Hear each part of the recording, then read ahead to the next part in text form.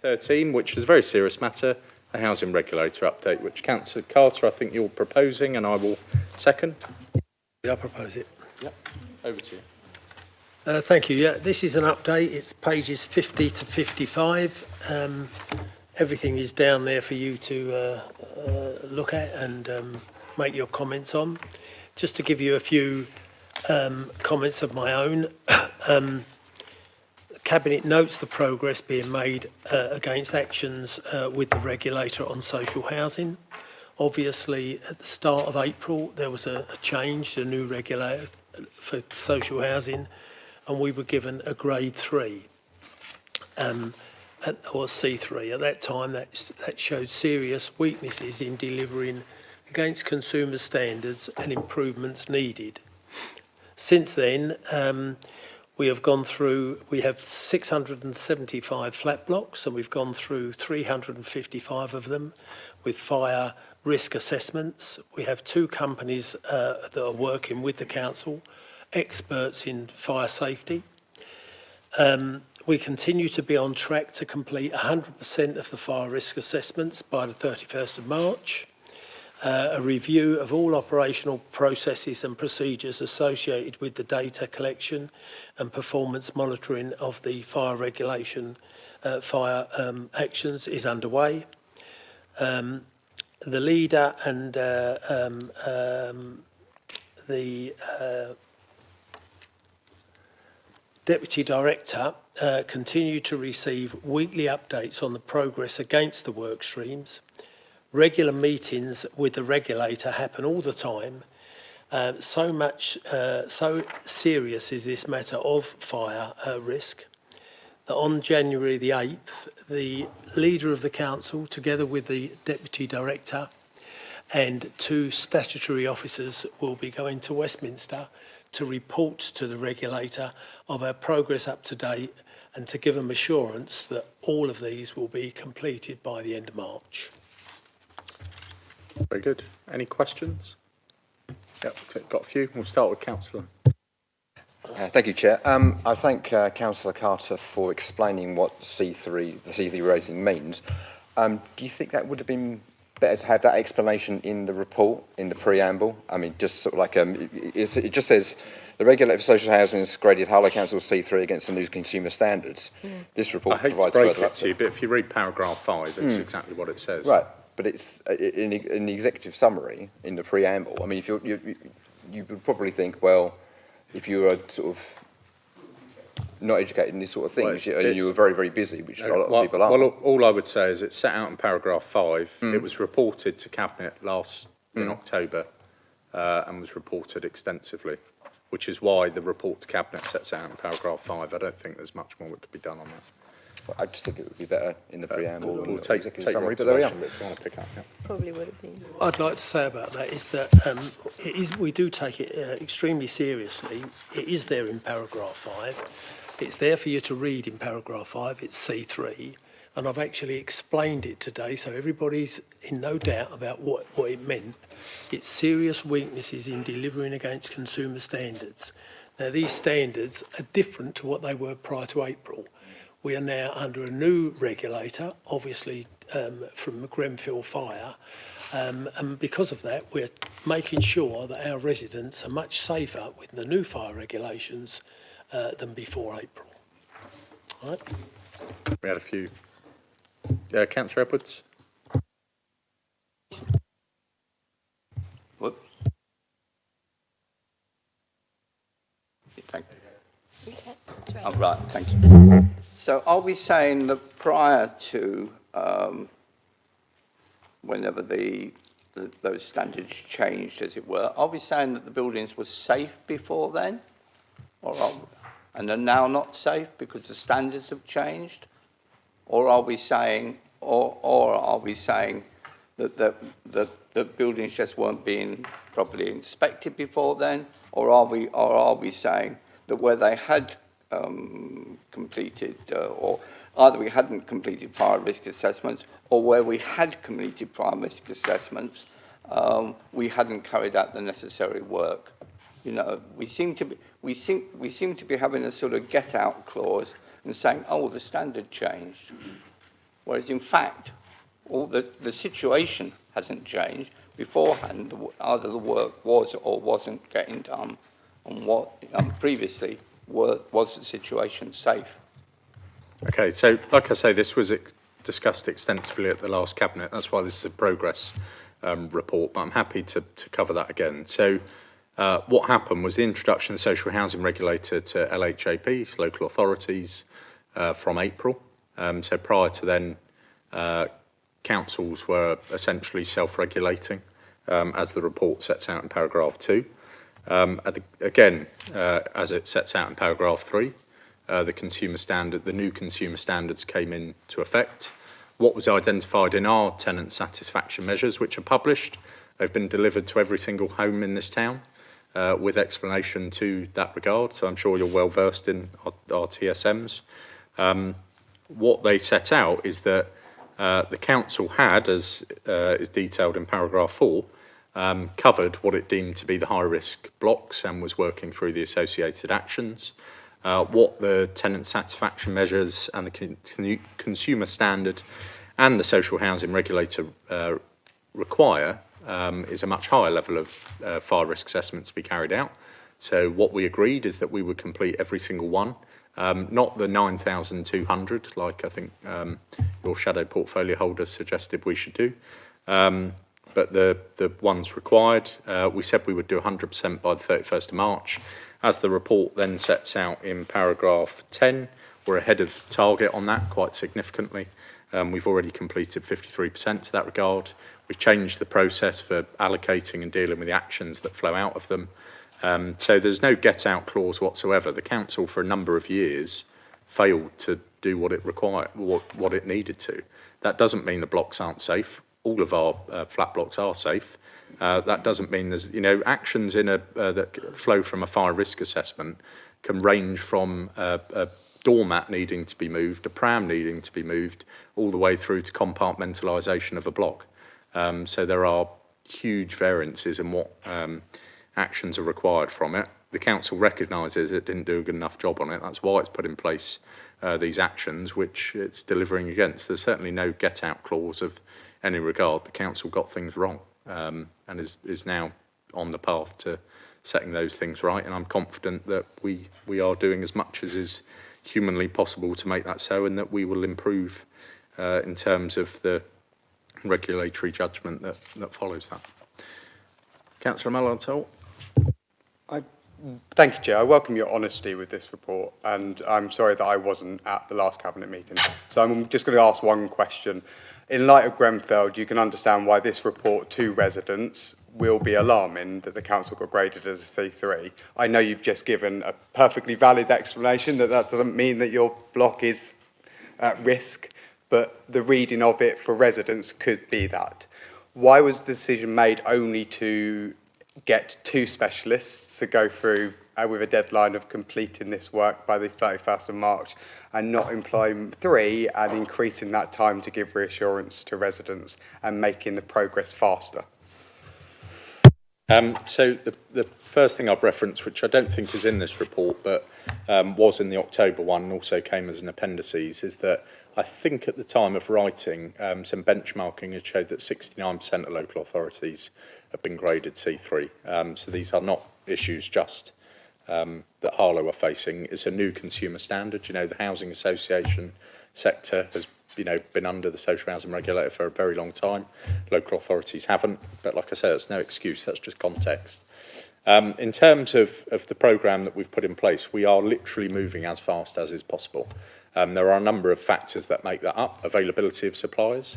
It started off with just 1. We were able to up that to 2. We don't think we're able to up that any further. And it's not just about completing the fire risk assessments. Any one fire risk assessment can result in however many actions that fall out of that. As the report sets out in paragraph 14 and 13, we've also put in place a totally new system, totally new process for managing those actions. So it is the picture as a whole. If the regulator had thought we needed to move faster, they wouldn't have been shy in telling us. But we are literally moving as fast as is possible. And as we sit here tonight, what the report sets out is that we're actually moving slightly faster than we'd anticipated.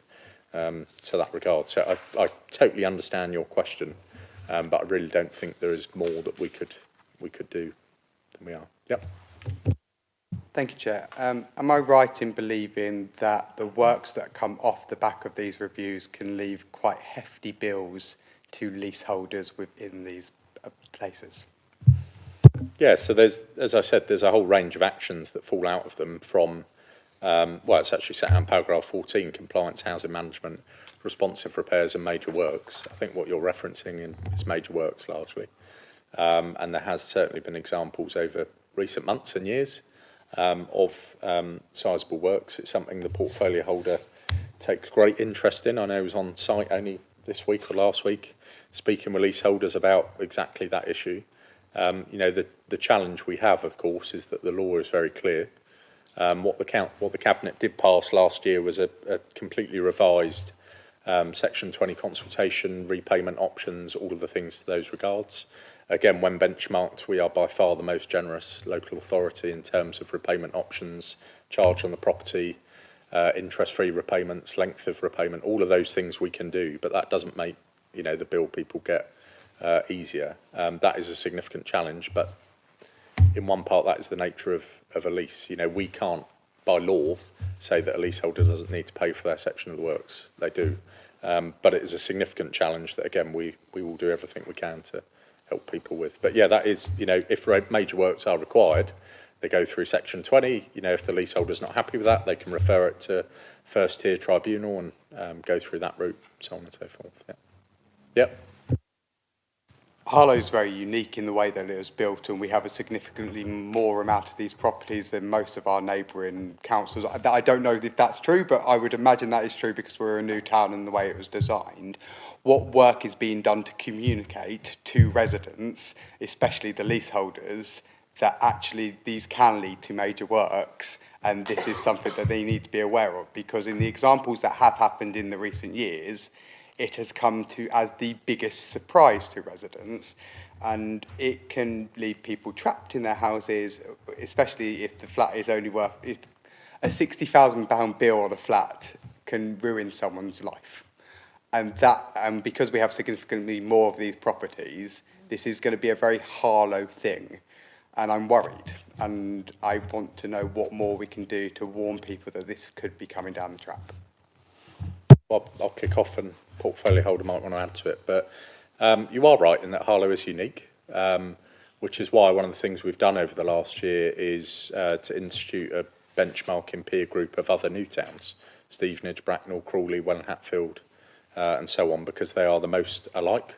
I spent the whole week last week with the leader of Stevenage Council, great chap that he is, talking about a lot of these issues that obviously they are facing, a number of other councils are facing. Specifically to the point about the bills, absolutely, we recognise the challenge that presents.